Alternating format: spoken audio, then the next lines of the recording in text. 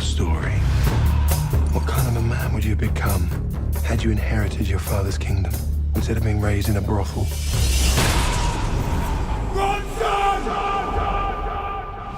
What gave you such drive?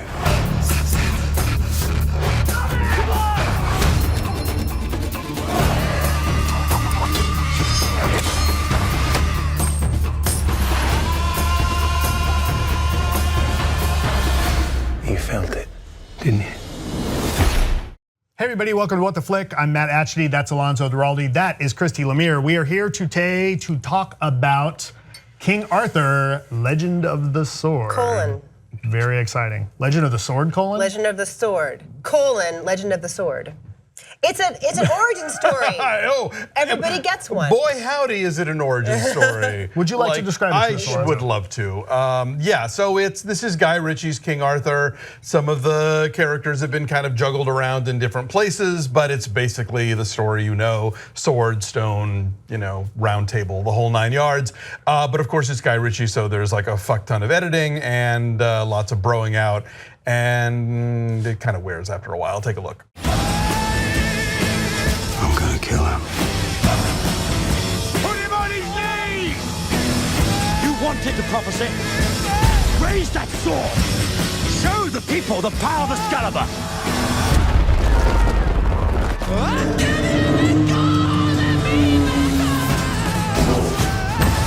You're playing with fire.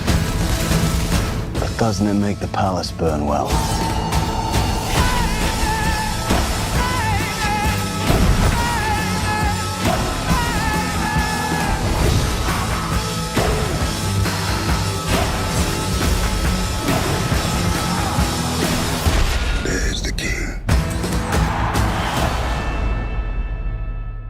So I saw this movie a long time ago. When I interviewed Charlie Hunnam, perhaps you've heard that I had tea with Charlie Hunnam.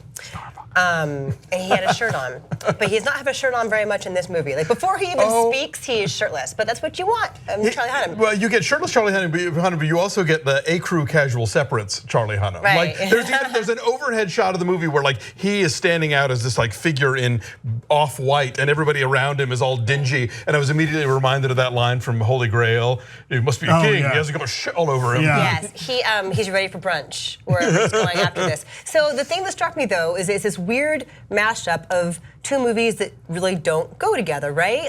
Right. It's a big, noisy, like hard to follow CGI extravaganza, but it's also an old school Guy Ritchie gangster movie. Yeah. And so they try to insert this like cheeky banter, and everyone giving each other a hard time, and there's these colorful supporting characters. And so it's like, we're gonna talk about Snatched later. It's like Snatch or like Lock, Stock, Two Smoking Barrels, but it's also a big noisy thing, and like they just never ever go together.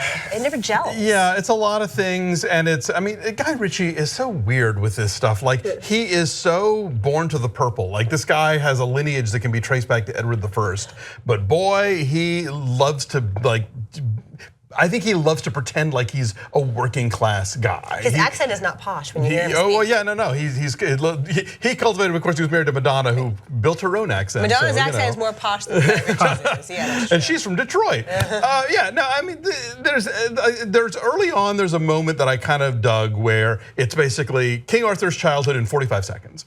And it's just this montage of like kid being slapped, like kid learning how to fight, kid hiding money, getting older, slapping back, becoming the king of the streets, whatever. And it's like, it all zips by really fast. It's like, oh, okay, this is fun. This is what Guy Ritchie does well. That's a Guy Ritchie movie, right? That's a Guy Ritchie movie. The whip pans right. and all that. And then suddenly we're back with like Jude Law and CGI snakes and like, wizards with their eyes turning into cats, and you're like, Right, I would say there's about a third of this movie that is vintage Guy Ritchie. That's the movie I would have liked to have seen, and the other 2/3 are over the top boring. It's wants to go for this big epic feel, and it doesn't really work that well.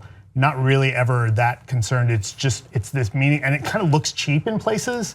Like it looks like too much CGI, and so you kind of lose that epic kind of landscape perspective, right. and it's frustrating because I would have rather have seen like, all right, give me a whole medieval crime movie. That would be fun. And like, do you need to do it with King Arthur? Fine. do it with somebody else, fine. Like that stuff kind of works.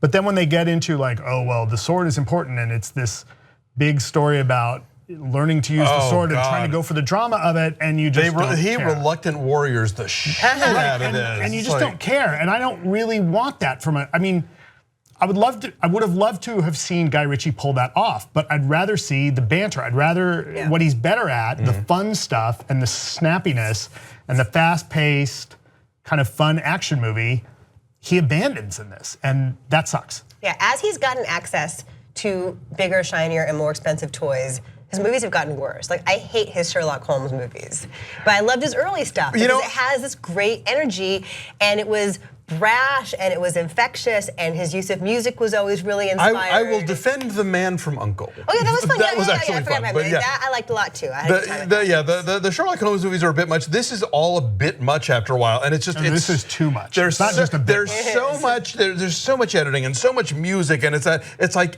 you can't pause for a second to just sort of breathe and take in what's going on. Like, the movie is so afraid that you're gonna walk out at any moment, and it's like, no, wait, I got more for you, And it can't just like chill out and just be for a second. It's just like constant thudding, sound and CG and whatever. And if anybody, sound and fury, much sound and fury. If anybody ever wants to write a paper about the use of phallic imagery in a movie and you want a really easy one, this is about a guy with a sword versus a guy with a tower and a lot of snakes.